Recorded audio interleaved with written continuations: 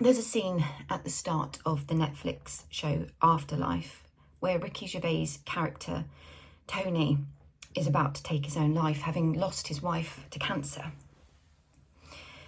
Suddenly, we see his dog, Brandy. She's barking anxiously to try and get his attention. It works, and Tony suddenly realises that he needs to stop what he's doing, turn around and take care of her. I compare myself to Brandy. I'm standing here shouting my story out loud for those who need to hear it and turn around. I'm not a doctor, a therapist, or a policymaker. I'm a mum. I'm a widow. I'm a person dedicated to ensuring that people understand the depths of the pain and consider what suicide means to those impacted by it. Now, you might be asking yourself why I do this. On the 12th of November 2018, the police came to my front door to tell me that my husband, Steve, had died. And they said 15 words that I will never forget. They said, "We found him, he's not alive, and it's clear he's done it to himself." There were no warnings, no signs, no notes left behind. That day had started off like a very normal one. Steve had been heading out to work. Evie and Ada, our daughters, were 9 and 2. They were getting ready for school and nursery. And as Steve left, he'd confirmed that he'd collect Evie from Cubs on his way home that night, as he always did on a Monday. It was the last time that I ever saw him.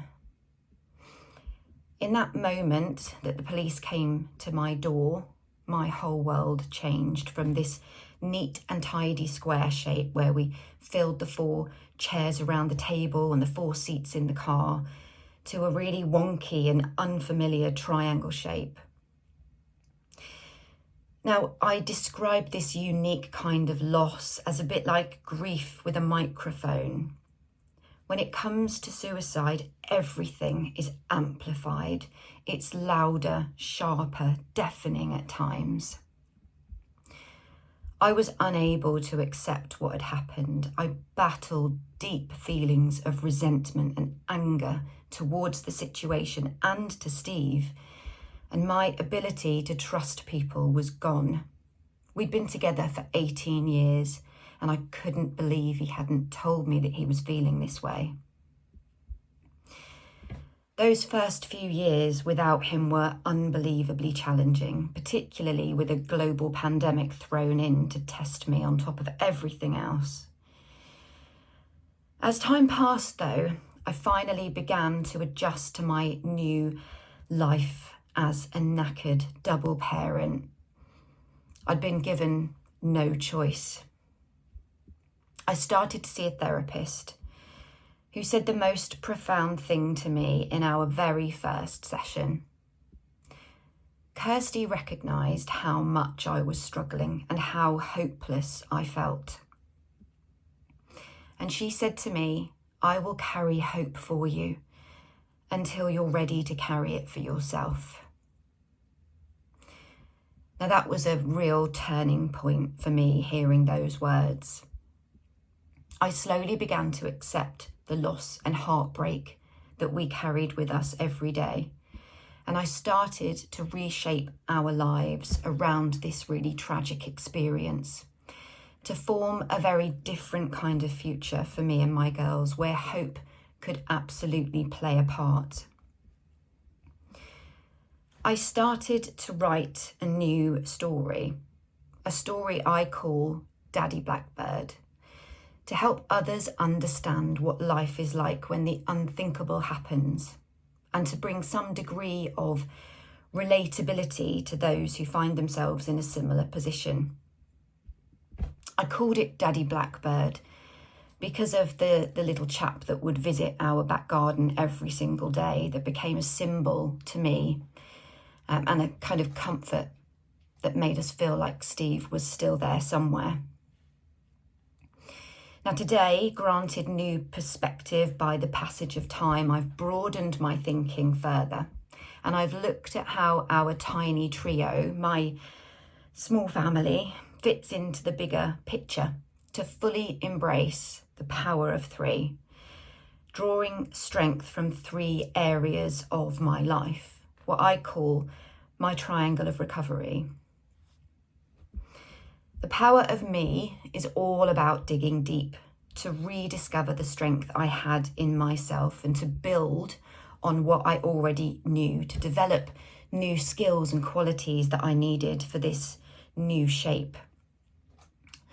I focused on things like writing, reading, learning new stuff, cutting out booze, eating more healthily, taking on therapy, working out and walking every day for my own state of mind. The power of my community was about embracing the right people, learning from others and being part of something bigger, brighter and stronger. I connected with individuals locally and all around the world who are doing amazing things in this space to tackle suicide and the stigma that exists around it. And I've made some great friends as a result. And I've learnt one very important lesson that us humans are not very good at. And sometimes we do need to ask for help. The power of my children is the third part of that triangle of recovery, and that was all about acknowledging and celebrating the resilience and tenacity and courage that my girls were showing to the world.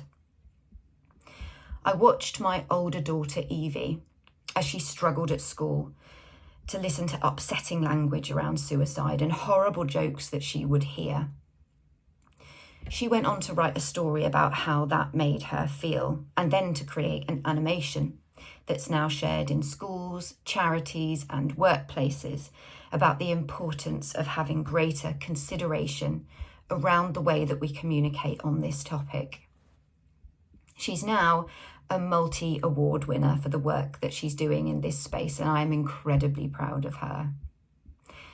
And at just 9 years old, I've proudly seen my younger daughter, Ada, turning into a kind, strong, and emotionally intelligent young person too.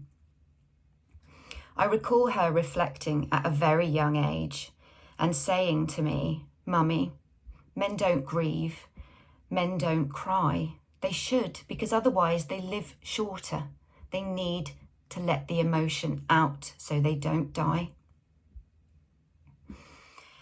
Now, I recognise that this will always be an uphill struggle for my girls whose lives were infiltrated by suicide when they were so little.